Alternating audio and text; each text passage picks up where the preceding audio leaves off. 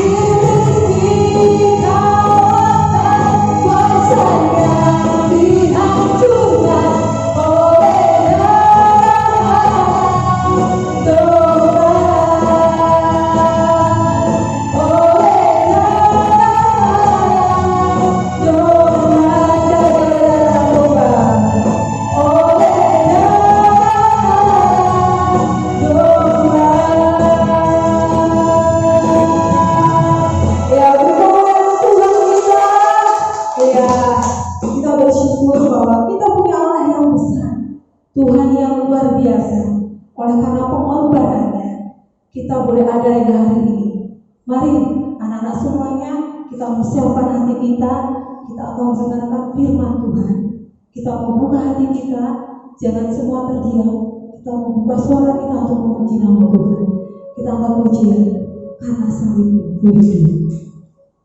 Terima kasih Tuhan.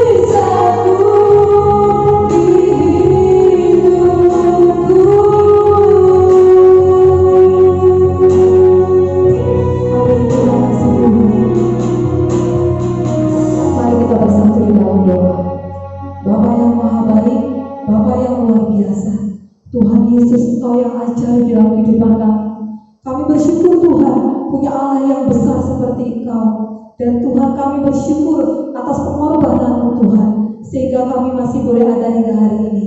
Mari Tuhan Yesus, kalau pada hari ini Tuhan, setiap kami rindu untuk mendengarkan firman Tuhan, Engkau memberkati kami, Engkau mengurapi kami, biarlah kami membuka hati kami untuk mendengarkan firman-Mu. Berkati hamba-Mu Tuhan, yang akan menyampaikan firman Tuhan, agar setiap rema, semua Engkau berikan bagi hamba-Mu, sehingga kami bisa mengerti Tuhan apa isi hati-Mu. Terima kasih Tuhan Yesus, hanya di dalam nama-Mu Bapa, kami sambut firman-Mu. Haleluya, amin. Shalom, puji nama Tuhan, kita bisa sama-sama berkumpul kembali di dalam ibadah online, ibadah Paskah pada hari ini. Walaupun kita tidak bisa bertemu secara langsung, tetapi kita bisa secara virtual. Tetapi saya yakin dan percaya itu tidak akan mengurangi semangat ibadah kita, amin. Oke, pada hari ini kita akan membahas ayat di dalam Yohanes 15 ayat yang ke-13. Dan tema pada hari ini saya dikasih judul yaitu menghargai pengorbanan Kristus dalam menyiapkan masa depan.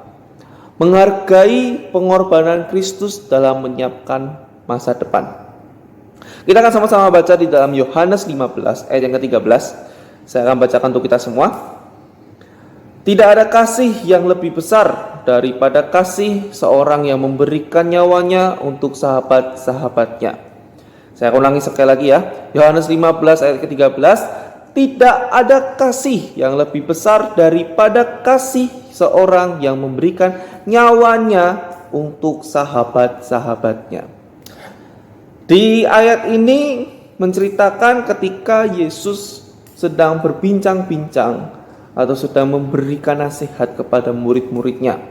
Dan di mana ketika kita mendengar ayat ini, perkataan Yesus, ini perkataan Yesus yang disambungkannya. Kalau teman-teman baca di ayat 9 atau di awal ayat ini, di ayat 15 ini, di pasal 15 ini, pasti teman-teman akan mengetahui bahwa ini percakapan Yesus kepada murid-muridnya. Dan di ayat 13 ini sudah memberikan suatu peringatan kepada murid-muridnya. Ketika itu kita ketahui bahwa di ayat Yohanes ini kita tahu itu sudah mendekati hari-hari kematian Yesus yang semakin mendekat. Dan ketika kematian Yesus semakin mendekat, Yesus memberikan peringatan kepada murid-muridnya. Mungkin pada saat itu murid-muridnya belum mengetahui maksud dari Yesus apa mengatakan seperti itu, memberikan nyawanya kepada seorang sahabat-sahabatnya. Itu maksudnya apa? Mungkin murid-murid Yesus akan bertanya-tanya seperti itu, maksudnya apa? Nah, tetapi kita tahu bahwa akhirnya di ayat berikutnya, di pasal berikutnya, Tuhan Yesus mati. Tuhan Yesus di kayu salibkan. Tuhan Yesus ditangkap, lalu disiksa, dicaci maki, dan akhirnya dia disalibkan hingga mati. Dan ayat 13 ini terjadi. Dia memberikan nyawanya kepada kita semua, kepada sahabat-sahabatnya. Dan itulah yang dimaksudkan dari Tuhan Yesus sendiri. Mungkin kalau bahasa sehari-hari kita sekarang, Tuhan Yesus itu ngasih kode gitu loh. Tuhan Yesus itu ngasih kode. Tapi bedanya di sini. Kalau orang kayak kita gini sekarang, anak-anak kita anak-anak muda ataupun ya kita bukan Tuhan ya, bukan Yesus ya. Kita kalau ngasih kode tuh pasti ada maunya. Ngasih kode ngomong kayak gini, habis itu ngasih kode biar aku dikasih apa atau gimana gitu. Mungkin kita manusia kalau ngasih kode gitu, kasih kode gitu mesti ada maunya. Tapi beda dengan Tuhan Yesus. Tuhan Yesus bukan mau ada maunya, tetapi Tuhan Yesus memberikan tanda-tandanya kepada murid-muridnya bahwa ketika dia membicarakan seperti itu, menandakan bahwa Tuhan Yesus kematiannya akan segera datang. Dan kita tahu bahwa kematian Tuhan Yesus itu memberikan nyawanya kepada kita untuk apa? Untuk menebus dosa-dosa kita. Maka dari itu, dosa-dosa kita yang telah diampuni ini sudah menjadi penghargaan bagi kita sendiri. Bahwa apa? Tidak ada seorang pun yang rela mengorbankan nyawanya untuk kita semua, para pendosa. Di ayat yang 13 ini mengatakan untuk sahabat-sahabatnya. Sahabat lebih dari teman. Sahabat itu bukan teman. Sahabat itu kalau kita tahu, teman-teman pasti di sini punya ya namanya sahabat ya. Sahabat itu sudah namanya itu lebih dari teman. Kalau biasanya teman itu hanya sekedar tahu, tapi sahabat lebih mengenal. Nah, perbedaannya teman-teman tahu di sini ya. Mengenal dan tahu itu berbeda. Tahu mungkin hanya seperti ini. Kamu tahu nggak si Yuda itu siapa? Oh, Yuda. Ya tahu, temanku dulu itu. Hanya tahu. Tapi kalau mengenal, kamu kenal Yuda nggak? Itu loh yang teman kita kelas. Oh, Yuda yang dulu kelas 12 itu ya 12C. Oh, yang rumahnya di Kampung Sewu, yang anak pendeta. Mengenal itu lebih detail. Orang mengenal kita lebih dalam. Nah, biasanya sahabat dan teman itu, sahabat lebih mengenal siapa diri kita. Tetapi kalau teman hanya sekedar tahu aja, oh ya aku tahu kok dia siapa. Tetapi sahabat itu lebih mengenal lebih dalam siapa diri kita. Maka dari itu Tuhan sudah menganggap kita orang yang spesial. Kita bukanlah teman Tuhan, tetapi kita adalah sahabat-sahabatnya. Artinya apa? Tuhan mengenal kita lebih dari siapapun. Kalau orang mungkin, kalau kita merasa, aduh kok gak ada yang sayang sama aku, ataupun ada yang tidak peduli dengan aku, ingat bahwa Tuhan mengenal kita. Kita adalah sahabat-sahabatnya Tuhan. Atau mungkin kalau kita biasanya dengar kita adalah anak-anak Allah, kita adalah sahabat-sahabatnya, kita adalah biji mata Tuhan. Apapun itu, dari setiap kata-kata yang disebutkan kepada kita manusia yang diciptakan oleh Tuhan, itu adalah kata arti yang spesial untuk seseorang. Seorang sahabat, anak Allah, biji mata Tuhan, itu adalah anggapan yang sangat spesial untuk orang yang dikasihinya. Tapi pertanyaannya, tadi kan kita udah tahu nih, Tuhan sudah menganggap kita adalah sahabat-sahabatnya. Pertanyaannya, sudahkah kita menganggap atau kita sudah menspesialkan Tuhan dalam hidup kita? Tuhan sudah menspesialkan kita walaupun kita ini adalah pendosa. Tetapi Tuhan di dalam hidup kita sudah spesialkan belum? Apakah kita sudah mendahulukan Tuhan? Apakah kita sudah menghargai kematian dari Tuhan Yesus?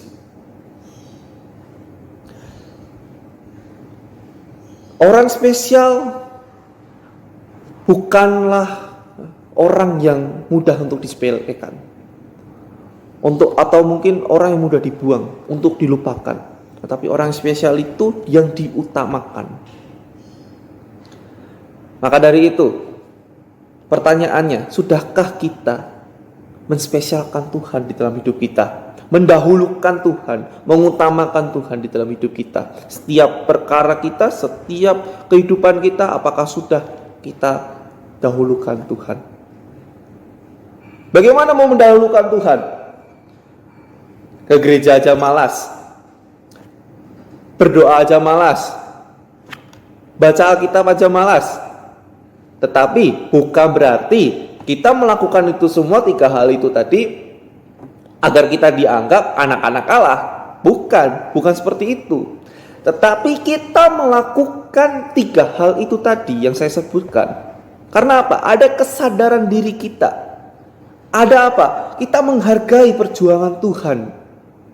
Kita apa? Kita mendahulukan Tuhan. Kita mendahulukan Tuhan dengan cara apa? Kita beribadah, kita berdoa setiap kita melakukan apapun, membaca Alkitab. Agar apa?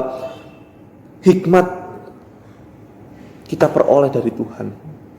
Agar setiap yang kita lakukan di dalam kehidupan ini, kita tidak ada kesalahan. Walaupun manusia tidak lepas dari kesalahan, tetapi ada hikmat yang dari Tuhan memberikan kita pandangan bahwa apa yang harus kita lakukan atau yang tidak harus kita lakukan. Maka dari itu,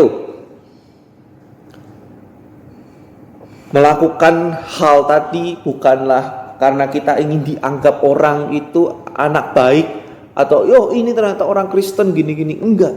Tetapi apa? Kita melakukan itu karena ada kesadaran diri kita. Karena apa? Karena kita ada rasa ingin mendahulukan Tuhan dalam kehidupan kita. Karena kita sudah dispesialkan Tuhan, karena kita sudah didahulukan Tuhan, karena kita sudah dianggap anaknya, kita sudah dianggap sahabat-sahabatnya, kita disebut juga biji mata Tuhan. Dan hal ini adalah hal-hal yang spesial, dan kita sudah dianggap spesial dari Tuhan, pada Tuhan. Maka dari itu, mari kita menspesialkan juga Tuhan kita di dalam kehidupan kita.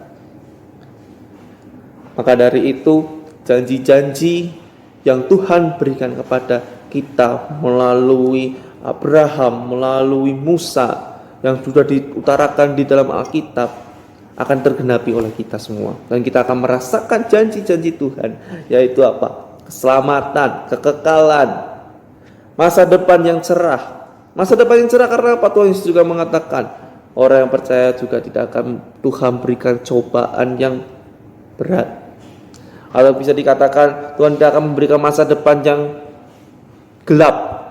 Masa depan yang Tuhan berikan adalah masa depan yang cerah. Maka dari itu kita mau sama-sama menghargai pengorbanan Tuhan yang sudah Dia berikan kepada kita untuk menebus dosa-dosa kita. Di ibadah Paskah hari ini kita sama-sama diingatkan bahwa Tuhan sudah memberikan nyawanya kepada kita untuk menebus segala dosa-dosa kita.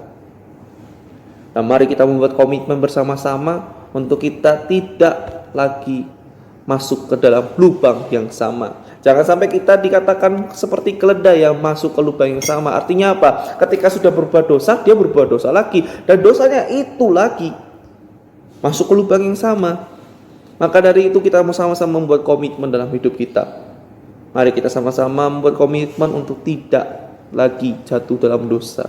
Walaupun dikatakan bahwa kita ini manusia yang tidak lepas dari dosa, kita tidak berlepas dari kesalahan. Oke, kalau kita tahu kita tidak bisa lepas dari kesalahan, maka kontrol diri kita untuk tidak jatuh dalam hal yang sama. Kalau kita jatuh, minta pengampunan kepada Tuhan, tetapi bukan kita menjadi alasan nanti kalau jatuh minta ampun kayak gitu lagi. Itu namanya salah. Tetapi kalau kita sudah memang tidak sengaja ataupun kita tiba-tiba terjatuh ke dalam dosa, minta pengampunan kepada Tuhan.